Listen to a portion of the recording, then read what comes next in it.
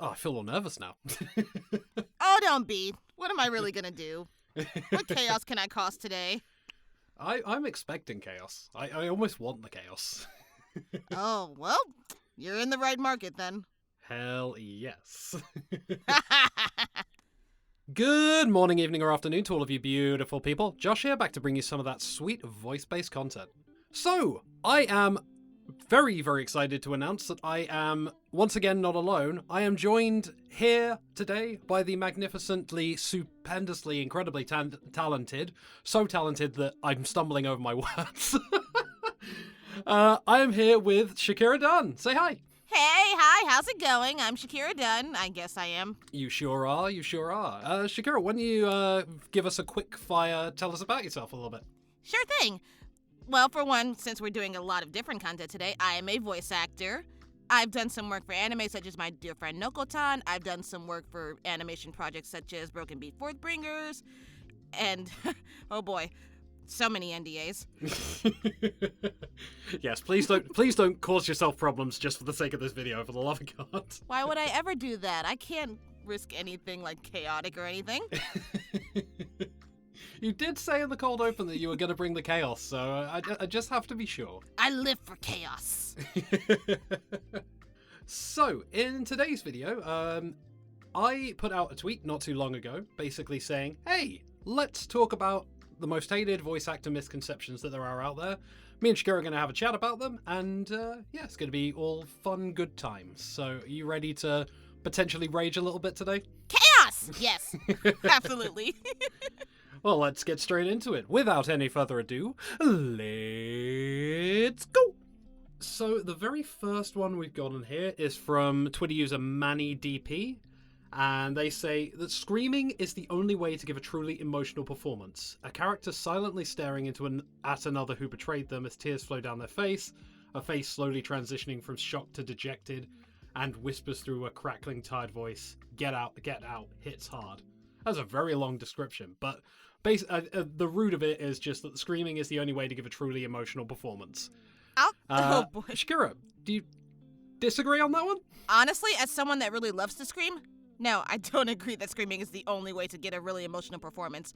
Like, have you seen movies like A Silent Voice? That alone is enough to tell you that there is more than just screaming to get your emotions out. Like, look at how Robbie Daymond in particular, or if you want to look at the Japanese, Miyu Rino, they are both really great at actually giving really strong depth in terms of like how emotion gets portrayed. It's great. Yeah, I feel like a lot of the misconception for that is from like the idea that in anime all people do is scream. Like the whole thing like perpetuated by like shows like Dragon Ball Z and stuff like that. It's all this idea that all people do in anime is just yell really loudly, and it's so silly because anime is so much deeper than that. And like the fact that people still think that Dragon Ball Z is like the epitome of all anime, and this is coming from a Dragon Ball fan. Like, I'm a massive Dragon Ball fan. Oh, same. Like, exactly. Like, as Dragon Ball fans, there's more out there than just Dragon Ball. Yeah, if you literally settle yourself on just Dragon Ball, you are completely missing out on the world of anime. Even for just like the shonen genre, there's like Fullmetal Alchemist Brotherhood. There is Yu Yu Hakusho, which happens to be my favorite shonen anime. Ah, You're missing out heavy. You're a Yu Yu Hakusho fan. Yes, longtime fan. Hell yeah. I admittedly have not watched Yu Yu Hakusho. It is on my list.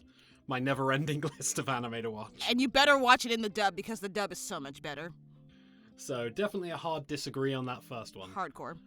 So we'll move on. Megan's Dream Design says, I know it might sound complicated. I get some judgments or a comment from someone else saying, why does she sound so sad? Is that a isn't that just acting? Like, that doesn't feel like a misconception. That just sounds like someone's acting in a sad scene. I think it honestly kind of depends. I remember back when I first started doing voice work as a teenager, there are some classmates of mine that told me that I sounded very boring and emotionless. And that was when I was still getting my feet wet in voice work and no one even knew it at the time. And it's like, it kind of broke me out of voice work for a while because it stayed with me. Oh, God. And yet, here I am.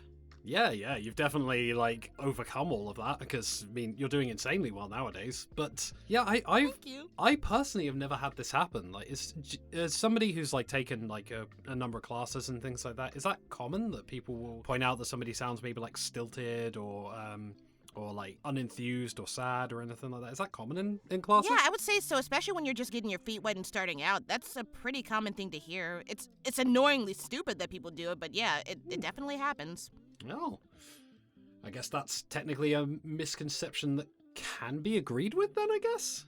I guess it's just... Yeah, it's a weird line, but yeah. Okay, well, we've got 1 for 1. One on each side. One agree and one disagree. Awesome. This one, oh god, I hate this stuff. So this one comes from Kawiria? I'm hoping I'm pronouncing that right. The misconception I've seen come from non-voice actors that if you don't overact, you're not acting. For example, that performance was too monotone and quiet, or that's just their normal voice, that's not acting. Also that you have to be an anime to be a real voice actor. Right. Oh. I have a lot to say on both of into those. Yeah, I could get into a few of these, funny enough. I mean, oh my god, I hate it when people think that if you're not like screaming or throwing yourself around in the booth or like really overdoing it and stuff like that, it really bugs me.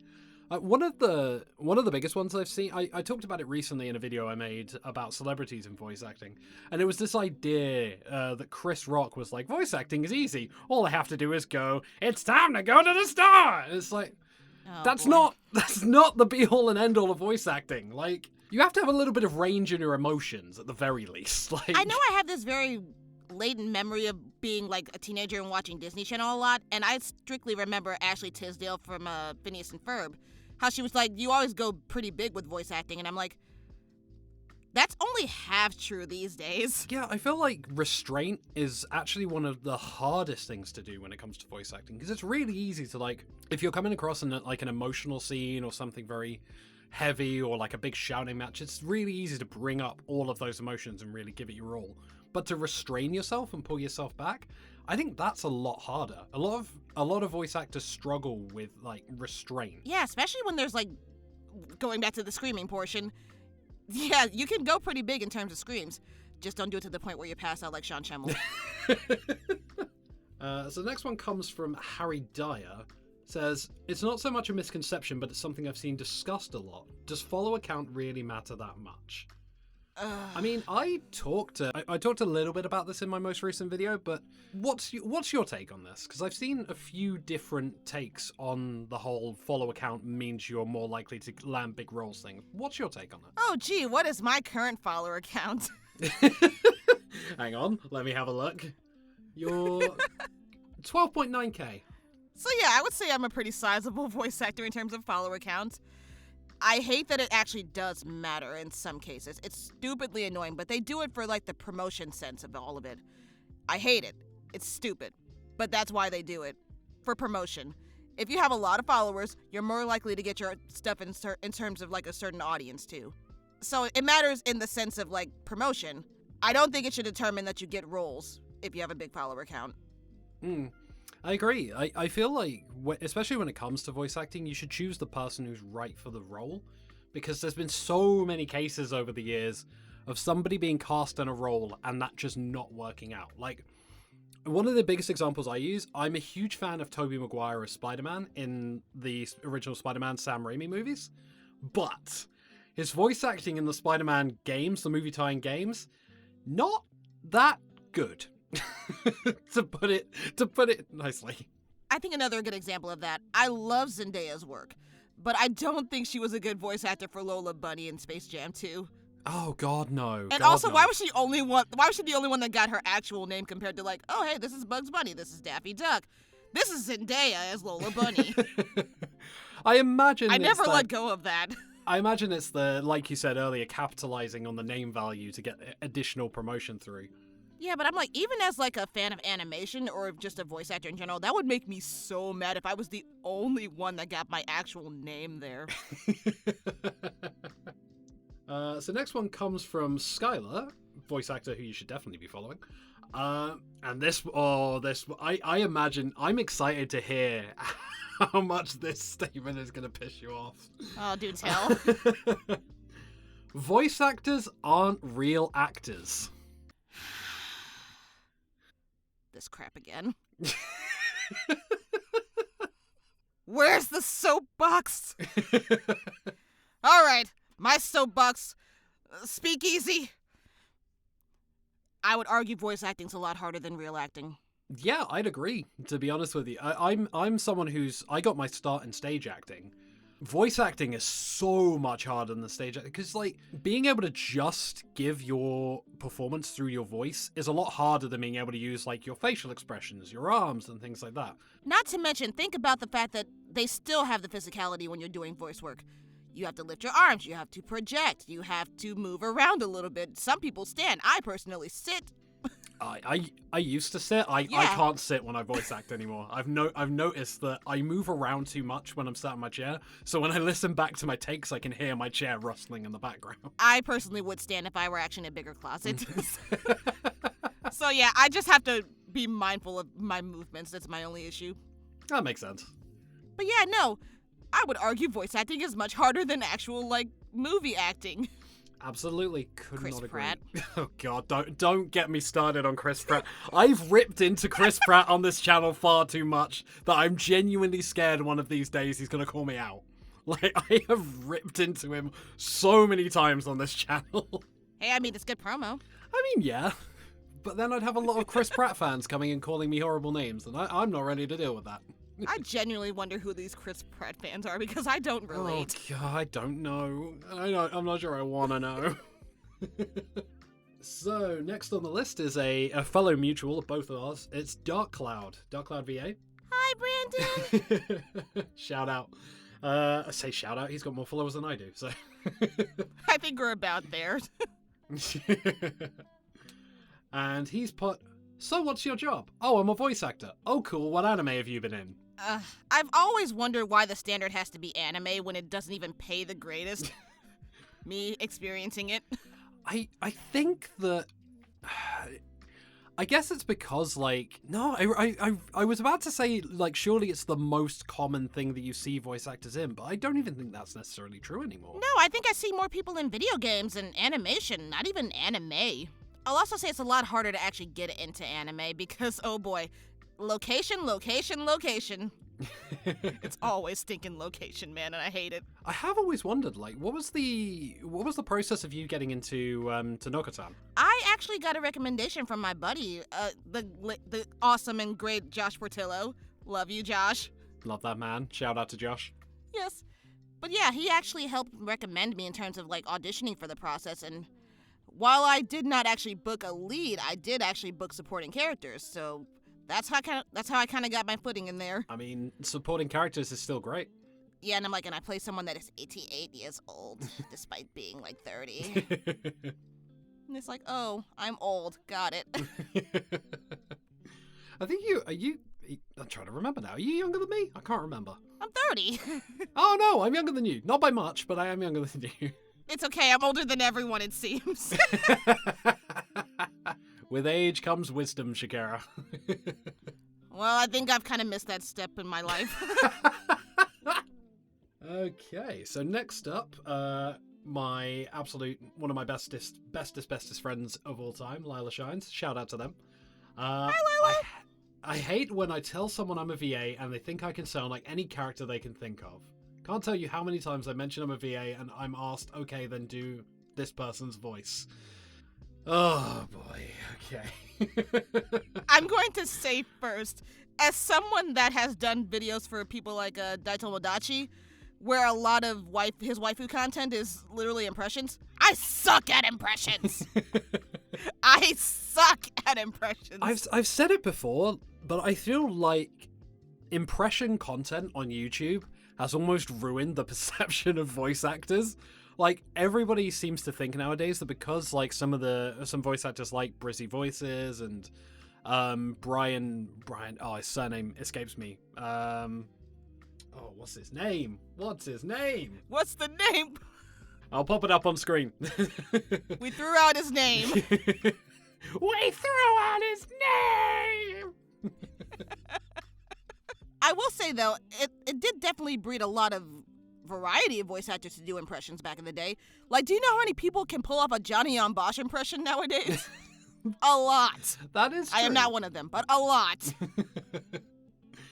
Yeah, I think that it definitely opened more doors for people to kind of like dip their toes into the world of voice acting, but I think it's definitely helped with that misconception that like all voice actors do is do impressions. Yeah, no, I can definitely say your voice is unique. Make use of it. Absolutely, absolutely. No one in the world sounds like you. Unless you're me, and apparently I get compared a lot to Brittany Karbowski. Which, I'll take it.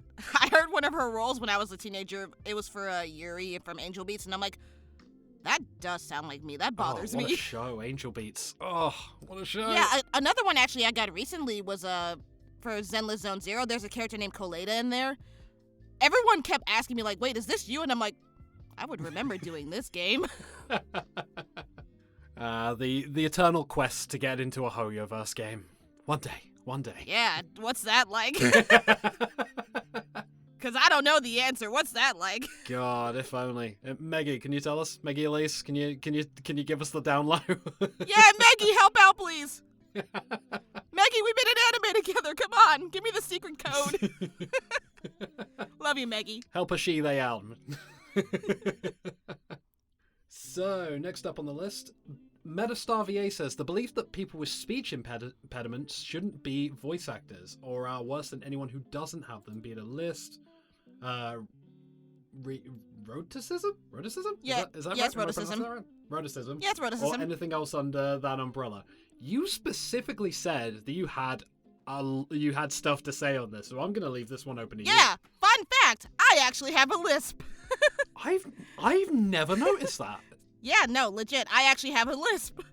It specifically happens on certain words, like if I do like strong S's. I literally have to enunciate for a reason, otherwise it's gonna start slipping and slurring, and like that, for instance.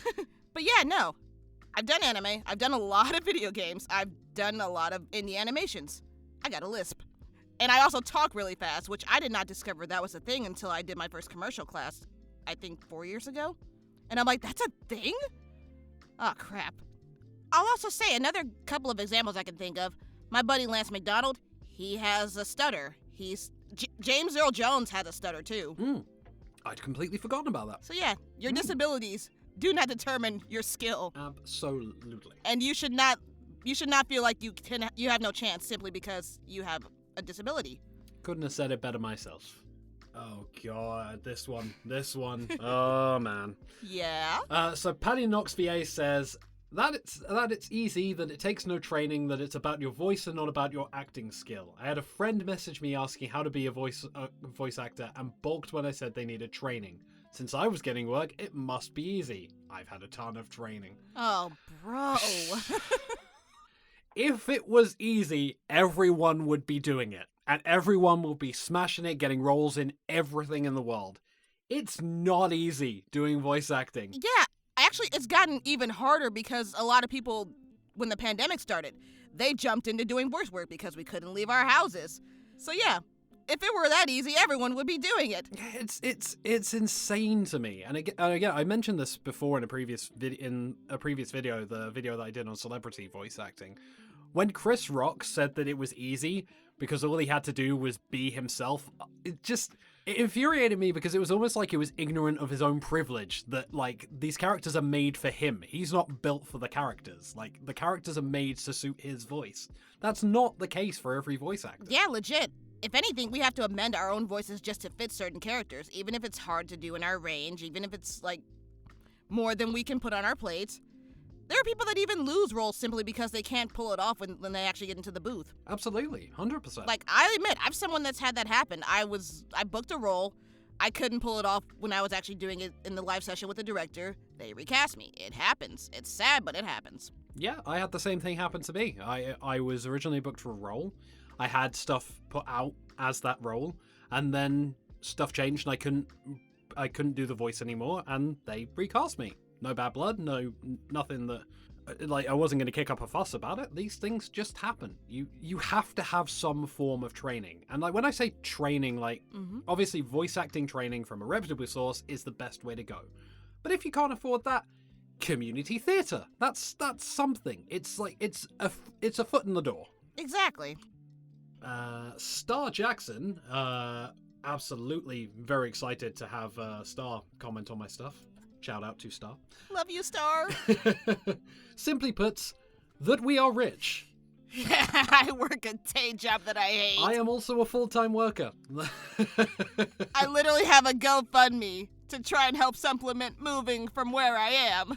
I'm not rich by any means. Gonna pop that GoFundMe in the description, by the way. If you can donate, do feel free. Thank you. Much appreciated, because, oh my gosh, I hate where I live. Yeah, I feel like it's very much like I don't understand how people still think that being a voice actor is like every single voice actor who voices in anime is like raking in millions and millions of dollars, because so many voice actors supplement their careers by doing other stuff. Like ProZD is a YouTuber, and like Amelie and Sayu, they both stream. Like, there's so many other Yeah, I was avenues. sure gonna bring up like Alejandro and Amanda. They both stream, and they're great at it. Oh yeah, they're both incredible, and love them both. Would love to. I've expressed my love for Alejandro Saab on this channel I love Alejandro. more than Saab. I probably should. Love that man. Love that man. Same.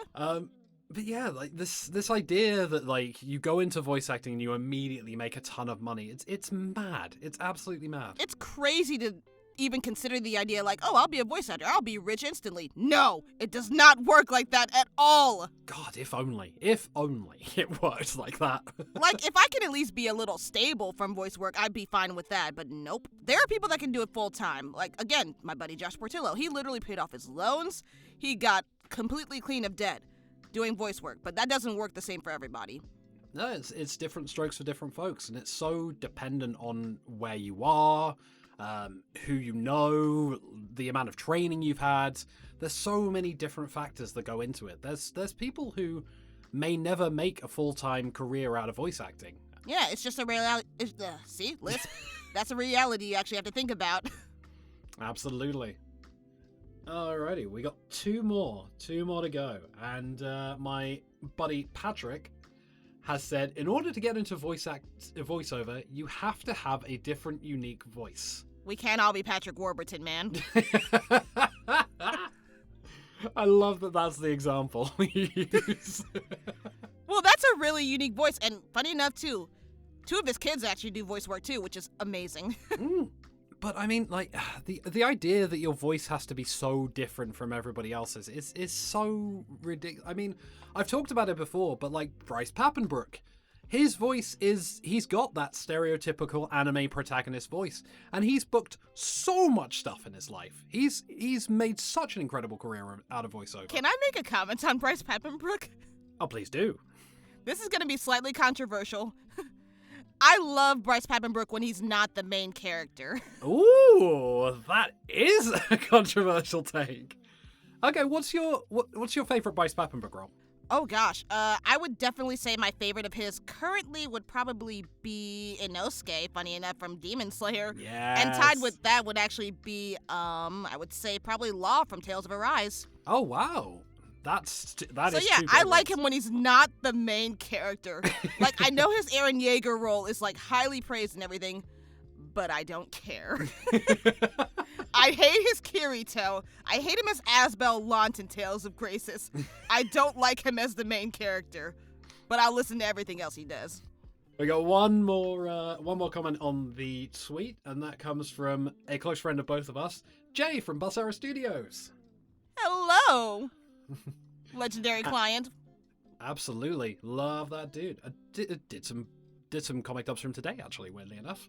Yeah, I think he was one of the first to make me realize how much I sound like Kaleda, so that's great.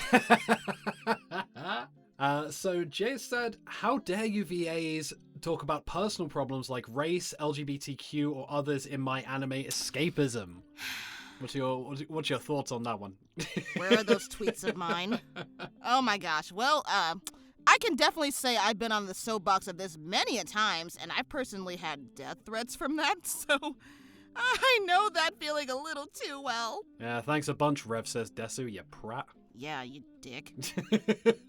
Yeah, I find it strange that like it's such a taboo thing for voice actors to be involved in political issues, especially when it's political issues that affect the voice actor. Like, They're just trying to be activists. No, bro. How is that even how is that even the case? We're just trying to speak about issues that literally affect us. Yeah, absolutely. Especially in the black community, I gotta say. Like, you look at all the black female voice actors in particular, or femme voice actors, they always get attacked when they book lead roles. Oh my and god. Zeno Robinson specifically pointed that out too. Yeah, I mean, didn't Zeno get didn't Zeno end up leaving Twitter for a long time because of all the bullshit that was going on there? Yeah, he did. So did AJ Beckles, especially when the whole Dandadan situation came about. Oh god, yeah. They literally the ran him Dandadan off. thing. It's insane to me how tribalistic anime fans get, and just fans of media in general get, whenever any issue to do with race or sexuality is brought up. Yeah, I'm like, you know how often the trans community also just gets attacked for simply existing? It's even worse when you look at the anime community. They're awful about that. Horrendous. Absolutely horrific. It'll never make sense to me. Yeah, I mean, why is it so hard to be a good person? Why is that difficult to people? Because there are some people that just can't be happy for some reason. I don't get it. I really don't. Mm. And if you want to voice your unfairness like I did in the past, I don't think you should get attacked for that. It's literally true. No, absolutely. Couldn't agree with you more. So, there we go. So that is all of the comments that we got on that post, talking about some of the most hated voice actor misconceptions. Shakyra, That was so much chaos. Any closing thoughts to give us on that one, Shakyra? Aside from my chaos comment? Oh yeah, aside from your chaos comment. Well, I'll definitely say again, like in voice work, do it because you like it. Don't expect to get a whole lot of money out of it, especially when you start out. Don't think that you can't because you have something that's a disability to you. You are capable of doing anything, so do it. I love that. I absolutely love that. Thank you. I couldn't. I got nothing to add on that. That's top tier. So I will throw this out to the comments. Are there any voice actor misconceptions that you heard today that you agree with, disagree with, or any that you would like to query or question? Pop them down in the comments below. I do check all of my comments. I do read my comments. Thank you, Shakyra, for joining me today. Where can the lovely folks who watch my channel find you? Ooh, I have my YouTube as Seer of Words. My Twitter is at Shakyra Dunn.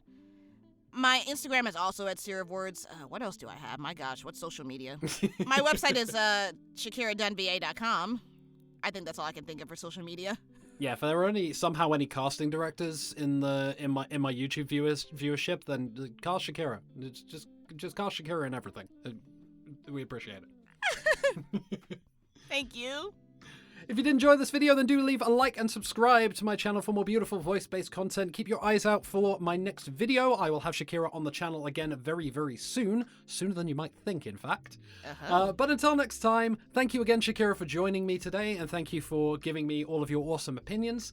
Thank you for having me. I appreciate it. This has been fun and chaotic, because that's the word of the day. Absolutely. Chaotic is the word of the day. Thank you. And above all else, I hope you magical, beautiful, incredible souls all stay wonderful. Have a good day.